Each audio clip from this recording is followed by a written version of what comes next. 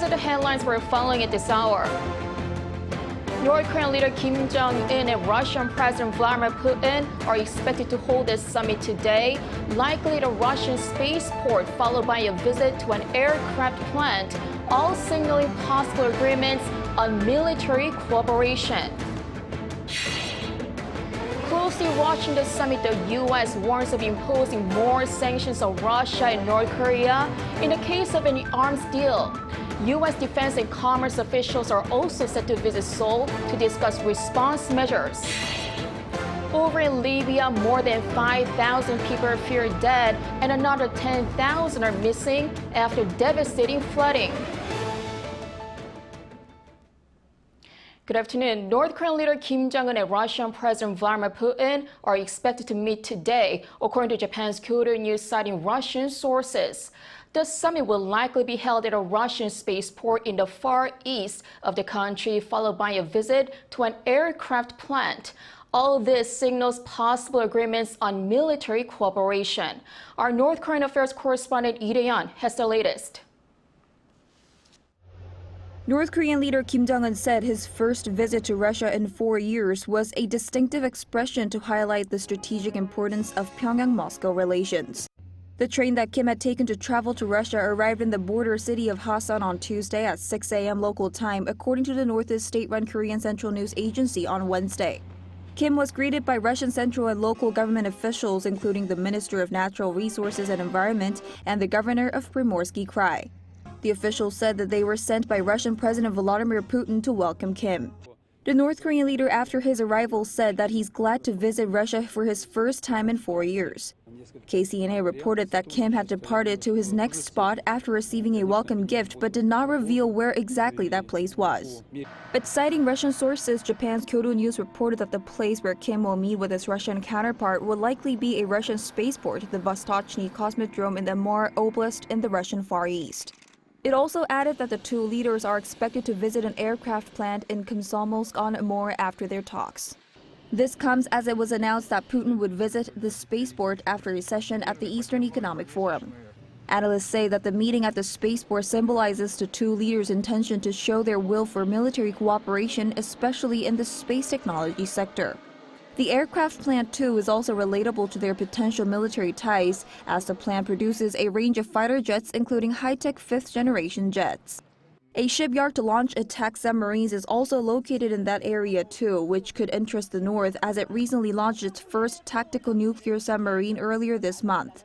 More concerns are about to come, with close military ties between the two appearing to be just around the corner. Lee Dae-yeon, Arirang News. Closely watching the summit, the U.S. warns of imposing more sanctions on Russia and North Korea upon any arms deals that will violate UN Security Council resolutions. Defense and commerce officials from Washington are also set to visit Seoul to discuss response measures to the possible arms deal. Lee Seung-jae has more. Washington says it will not hesitate to take action if Pyongyang does forge ahead with providing weapons to Moscow as speculated, following the upcoming summit between North Korean leader Kim Jong-un and Russian President Vladimir Putin. According to U.S. State Department spokesperson Matthew Miller on Tuesday, any arms transfer from North Korea to Russia would violate multiple UN Security Council resolutions. And we, of course, have aggressively enforced our sanctions against entities that fund Russia's war effort, and we will continue to enforce those sanctions and will not hesitate to impose new sanctions if appropriate. When asked if Russia can unilaterally lift UNSC resolutions against North Korea, following comments from the Kremlin that Russia may be willing to discuss the lifting of sanctions currently imposed on North Korea with Pyongyang if necessary, Miller simply said no, adding that Russia cannot take unilateral actions related to the United Nations Security Council. Meanwhile, U.S. defense and commerce officials are set to visit Seoul to discuss the possible arms deal between North Korea and Russia with South Korean government officials. According to the Pentagon, Acting Undersecretary for Defense for Policy Sasha Baker will visit South Korea later this week to take part in the fourth meeting of the Extended Deterrence Strategy and Consultation Group, where she will also meet government and military leaders to discuss the current security environment. U.S. Deputy Secretary of Commerce Don Graves will also visit Seoul next week to discuss ways to strengthen export controls currently in place against Russia. The U.S. is actively pushing for ways to respond to a North Korea-Russia arms deal, as U.S. Deputy Special Envoy for North Korea Jung Pak said Monday that the Kim-Putin meeting might be the final step before the countries strike an arms deal. Lee Seung-jae, Arirang News. Amid growing security threats facing the Korean Peninsula and the world, especially North Korea and Russia looking to collaborate militarily, a veteran South Korean diplomat told Arirang News that Seoul should press on with its value-based diplomacy. Our Oh Soo-young has more.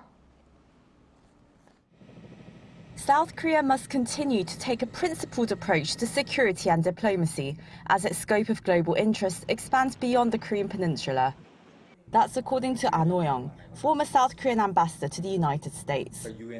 First, as Seoul faces a nuclear North Korea that appears to be aligning with China and Russia, An said the Camp David summit between the leaders of Seoul, Washington and Tokyo last month came at a crucial time as they forged a three-way approach to regional and economic security and engagement with other Indo-Pacific countries. When I talk about the timing, we should be thinking about Russian invasion of Ukraine, and then now Chairman Kim Jong-un is coming to visit Russia. And then they talk about exchanges of arms for high technology, for missiles, for submarines, nuclear submarines, and satellites. And then what China is doing in our part of the world, in East China Sea, in South China Sea, putting them all together, this in fact is a very challenging time. Though under pressure from Beijing, An says Seoul must continue to act in line with its core values. That is to say, liberal democracy, human rights, rule of law. We in fact must let China understand that we in fact are very much interested in continuing to develop relationship with China, but we will have to do it on our own core values and on the basis of mutual respect and on the basis of mutual benefit. And I think Yoon government, President Yoon government, has been very consistent in conveying that message to China. These days, I'm under the impression that Beijing begins to understand what President Yoon's approach is to Beijing. While pushing for a trilateral summit with Tokyo and Beijing, President Yoon Suk-yeol last week pressed China to contain North Korea's weapons program and warned against military cooperation with Pyongyang ahead of Kim Jong-un's meeting with Vladimir Putin. Yoon further said unilateral actions to change the status quo in the South China Sea are unacceptable, and Russia's invasion of Ukraine is unlawful. In light of ideological divisions seen among the G20 members, Seoul's active push for global norms and cooperation has fueled talk of the Group of Seven possibly expanding to a G9. And I think given that reality, I think there should be renewed understanding about the importance of G7. What I find interesting is this idea of Korea and Australia joining G7. That idea, in fact, is being discussed more often in Washington, D.C., rather than in Seoul. That's something I find interesting. The former ambassador at large for the G20 says he is encouraged by Yoon's multilateral diplomacy and multi-million-dollar pledges to tackle the global climate crisis and reconstruct Ukraine. Well, Korea as a nation has developed enormously over the past 70 years. And then I think the basic orientation of the country has been opening up, liberalization and engagement. That, in fact, has the overall direction of the country. And then I think we must keep on doing that. Ahead of further challenges with major elections coming up in 2024, including the possible return of Donald Trump as US president, An again highlighted the importance of liberal democracies, comprising skillful bureaucrats, academics, opinion leaders and journalists, keeping societies free. So they are the kind of efforts we must continue in the days to come. including the efforts you are making at Arirang TV.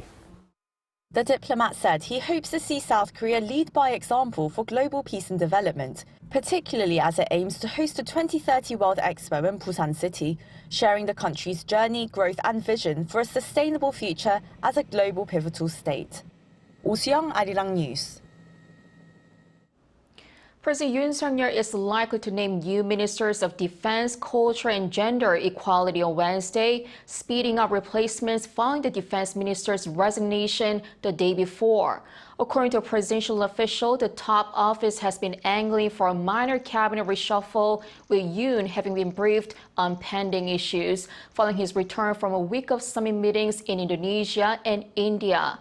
To lead defense, People Power Party lawmaker and former Army Lieutenant General Shin Won-sik is a likely candidate. For culture, Yoo In-chun, the former minister and recently appointed presidential advisor for culture, is reportedly up for the job. As for the Ministry of Gender Equality and Family, Kim Hang, a former spokesperson and director of Korea Gender Equality Education Promotion Agency, is considered the top candidate.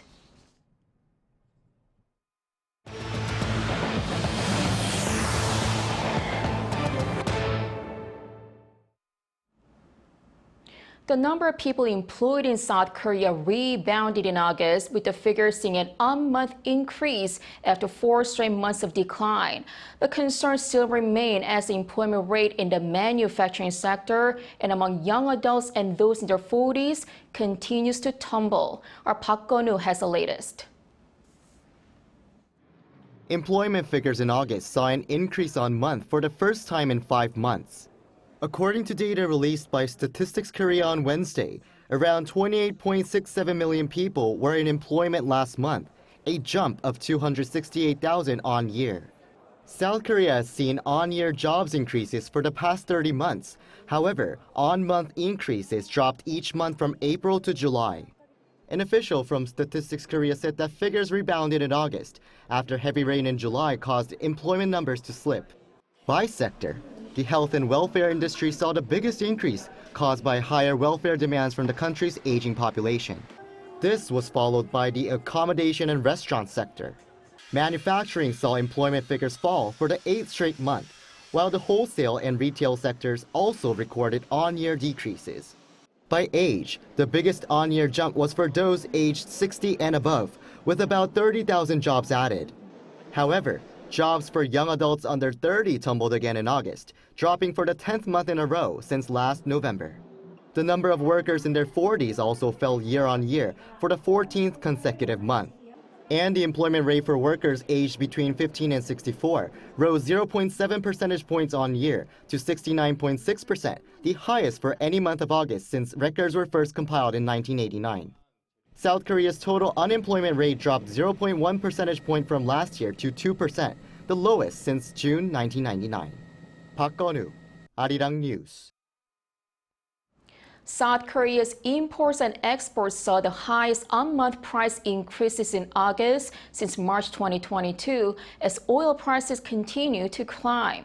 According to the Bank of Korea on Wednesday, last month's price index for exports saw a 4.2% increase from a month earlier as demand increased for manufactured goods and petroleum products. The price of imports also rose by 4.4%, driven by higher fuel costs. However, compared to the previous year, the cost of both imports and exports in August was down by more than 7% on year. The South Korean national football team defeated Saudi Arabia 1-0 on Tuesday, giving head coach Klinsmann his first win since taking charge. Playing at St. James Park in Newcastle in England, South Korean striker Cho Kyu-sung headed in match's only goal in the 32nd minute, ending the Tag Warriors' 5-game winless streak. It's a vital win for both the team and Klinsmann, as the head coach has been under fire for both his questionable commitment to the job and his tactics. South Korea play 2 more friendlies at home next month, Tunisia on October 13th and Vietnam on October 17th. Now 10 days are left until the Hangzhou Asian Games kicks off in China. South Korea will be sending a record more than 1,000 athletes aiming to finish in third place. Our Song Yujin has the story. With just a little over a week left until the Hangzhou Asian Games begin, Team Korea gathered on Tuesday for an inaugural ceremony. While athletes for each sport have already been selected, this ceremony marks the official launching of the national team. There, athletes showed their determination and competitive spirit, from the youngest to the oldest. I'm honored to be the youngest on the national team, but I don't want to stop here. I want to win a medal and promote Korean chess to the world. Competing in the Asian Games is like a surprise gift to me. I'm eager to show everything I've prepared until now. More than 700 athletes and coaching staff participated in the ceremony. Park Bo-gyun, South Korea's Minister of Culture, Sports and Tourism, delivered President Yoon Suk-yeol's message that the athletes' unwavering determination and passion would undoubtedly resonate with the Korean people and bring them joy. Team Korea, in return, promised to do their best. We hope that the sweats and toil of our athletes won't be defined by the colour of medals. It would be great if those at home find joy in athletes giving their all and leaving it all out there. We also hope that lesser-known sports can gain more recognition. South Korea is sending a record number of 11,140 athletes and team officials in 39 sports to the 16-day games. The goal is to rank third out of 45 participating countries in the overall medal ranking, as it did 5 years ago in Jakarta. As anticipation builds and excitement mounts, all that's left now is Team Korea to showcase its skills and dedication.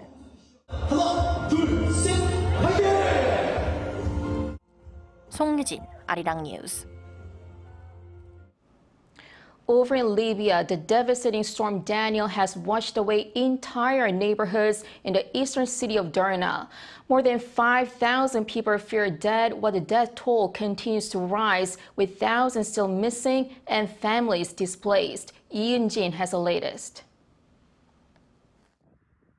The eastern Libyan city of Derna, located 300 kilometers east of Benghazi, was hit with heavy rains over the weekend from the Mediterranean storm Daniel. Libya's National Meteorological Center said there was a record 414.1 millimeters of rain from Sunday to Monday. At least 2,300 people have been reported dead, while over 10,000 are reported missing. Humanitarian situation in Derna is very much compromised. There are more than 2,000 death cases, 7,000 stranded families. Those need to be still assisted.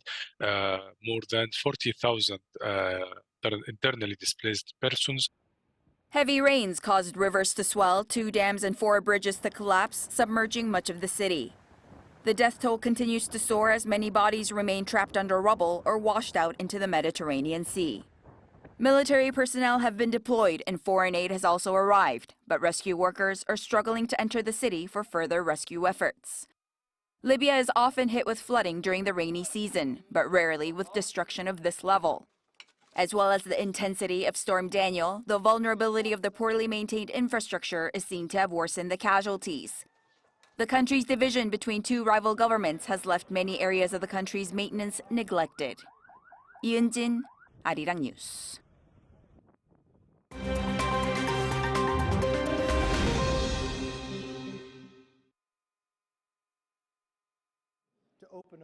Let's take a look at what's going on in the world now.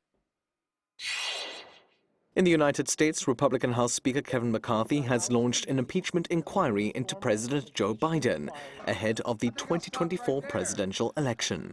Announced on Tuesday, it will look into allegations of abuse of power, obstruction, and corruption by the president. Republicans have investigated Biden since January, but have yet to find evidence to support their claims against the president. But they have found dealings from the president's son, Hunter Biden, that they have called questionable. The White House has responded, calling the investigation extreme politics at its worst. It comes as McCarthy is facing pressure from right-wing House Republicans to investigate the Biden family.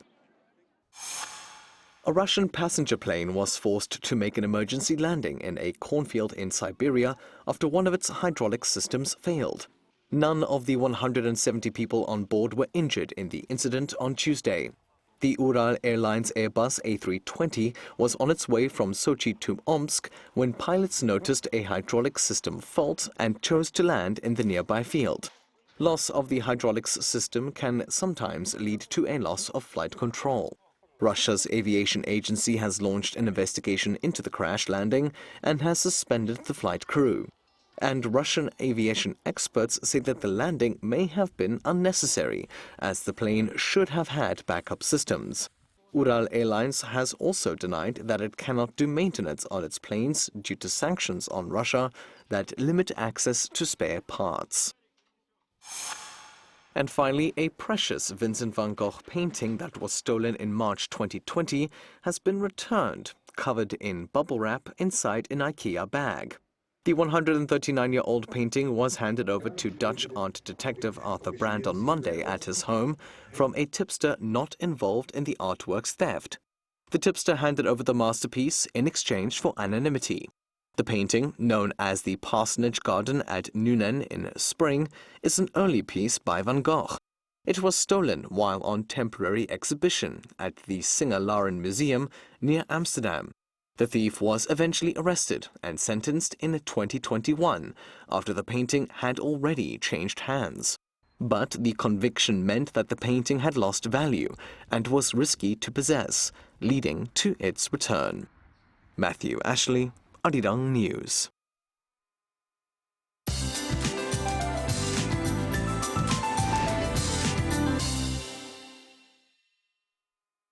Good afternoon.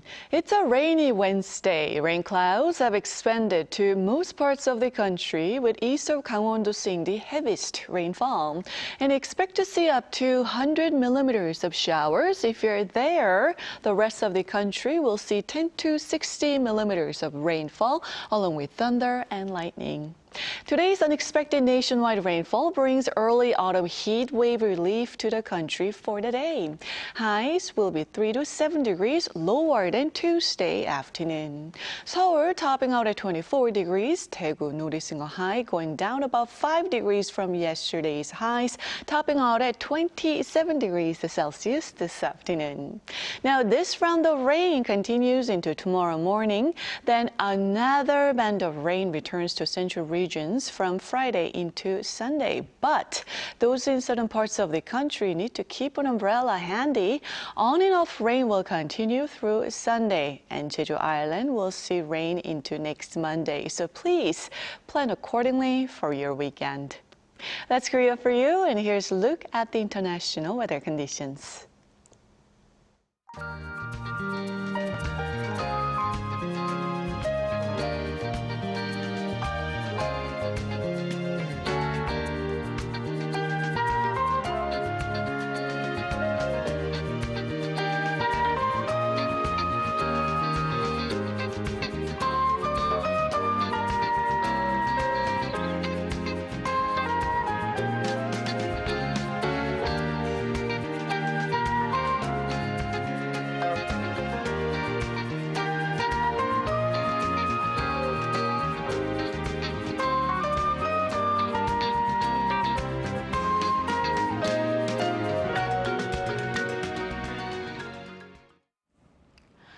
Experts say 90% of earthquake survivors are found in the first 3 days and only a few after that period.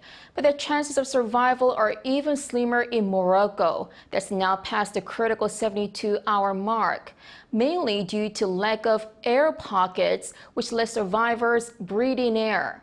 Homes in the quake-stricken region are often made of mud and stone, and when they all collapse, people are suffocated by the dust. Plus, there's been limited foreign aid. Morocco has so far accepted search and rescue teams from only 4 countries: Spain, Qatar, the UK, and the UAE, citing counterproductiveness in coordinating efforts. All this is why the magical rescues we saw in Turkey may not really be the case for Morocco. This is where we end today's newscast. Thanks for watching.